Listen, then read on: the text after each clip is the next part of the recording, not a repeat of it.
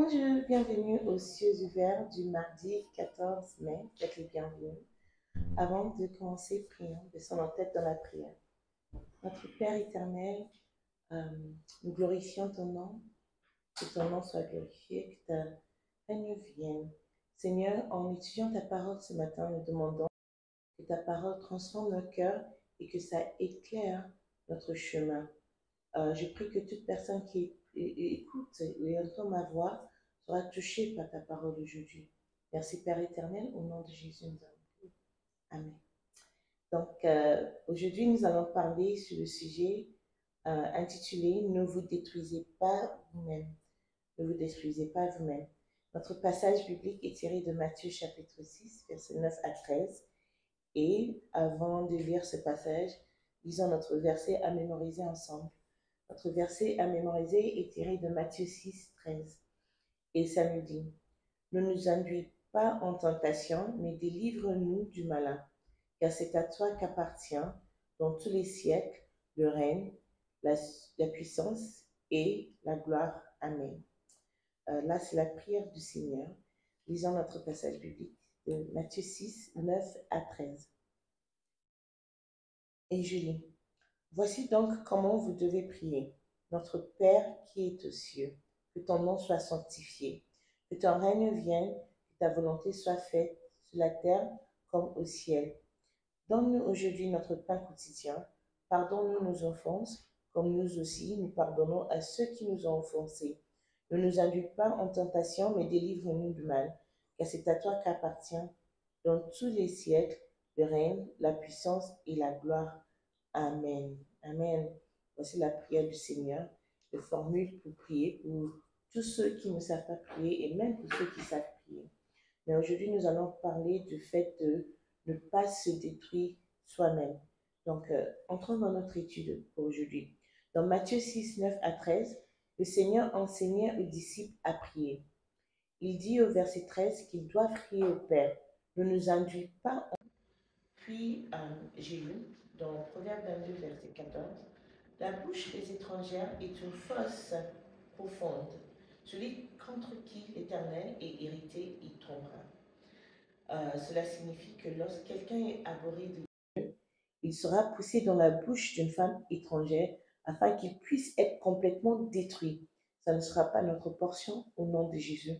On ne sera pas abhorré par Dieu et on ne sera pas poussé dans la bouche de la femme étrangère pour être détruit et complètement détruit au nom de Jésus. Amen.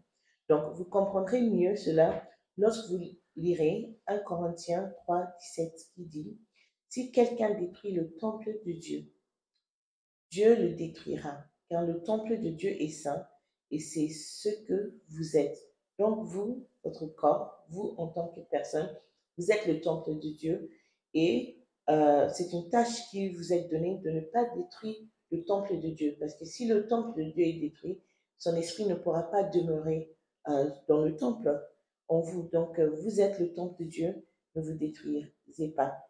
Donc si vous remarquez qu'il vous devient très difficile de surmonter les tentations, vous devriez aller en retraite pendant quelques jours et implorer Dieu d'avoir pitié. Quand vous allez en retraite, vous allez prier, vous allez étudier la parole de Dieu. Tout ce que vous entendez, tout ce que vous dites doit être en ligne avec la parole de Dieu.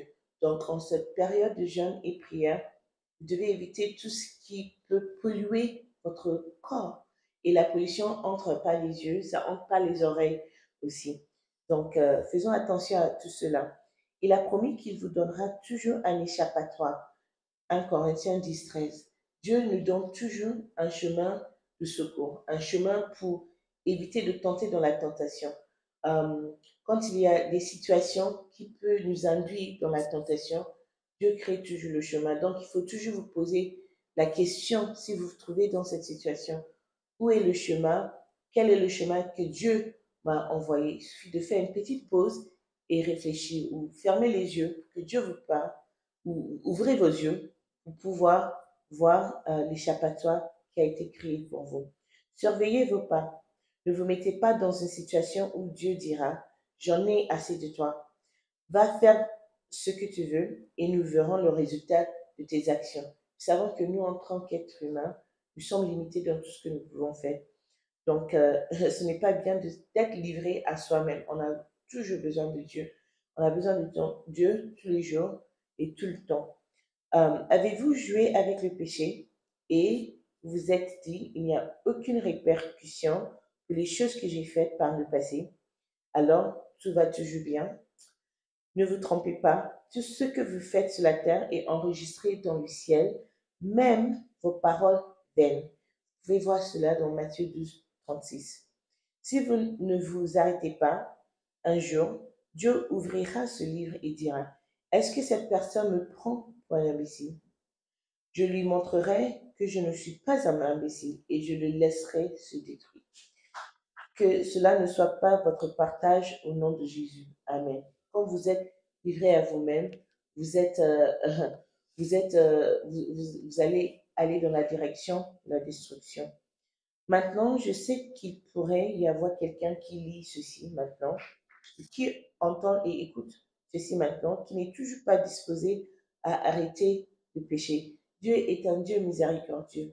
Il va vous donner beaucoup de chance. Il va vous laisser beaucoup de chance pour arrêter de pécher, pour sortir de la tentation. C'est à vous, c'est la décision personnelle que vous devez prendre pour arrêter de pécher. C'est le genre de personne décrit dans 1 Timothée 4,2, celui qui continue à pécher. La vérité est que votre sainteté ne m'aide d'aucune manière. Cela, vous êtes vous. Votre sainteté n'est pas là pour aider Dieu ou quelqu'un d'autre, c'est pour vous aider vous-même. Je ne vous demande pas de vivre saint pour que je puisse aller au ciel. Je vous demande de vivre saint afin que vous ne passiez pas l'éternité en enfer. Je fais mon devoir en vous apportant ce message à bon entendeur. Salut. Donc, une parole suffit pour celui qui est sage, celui qui a la sagesse. Donc, Dieu nous donne toujours une chance pour arrêter de pécher dans le cas où on se trouve dans le péché. Ce n'est pas une chose qui doit être continuelle. Il y a toujours un secours, un issue de secours. On peut arrêter, on peut décider d'arrêter et dès qu'on arrête, Dieu nous acceptera. Donc, notre point de prière pour aujourd'hui, c'est ainsi. Père, s'il te plaît, ne me laisse pas être la cause de ma propre ruine. Seigneur, je prie aujourd'hui que je ne sois pas la cause de ma propre ruine. Voici la prière que vous devez faire aujourd'hui. Et je prie que Dieu exaucera nos prières, qu'il nous fortifiera et qu'il nous donne toujours la force de faire ce qui est bien, de faire ce qui lui plaît et de garder notre temple propre et saint pour lui, pour qu'il puisse continuer à demeurer en nous. Merci Père éternel pour ta parole aujourd'hui. Merci d'avoir exaucé nos prières. Au nom de Jésus, nous avons prié. Amen. Passez une très bonne journée.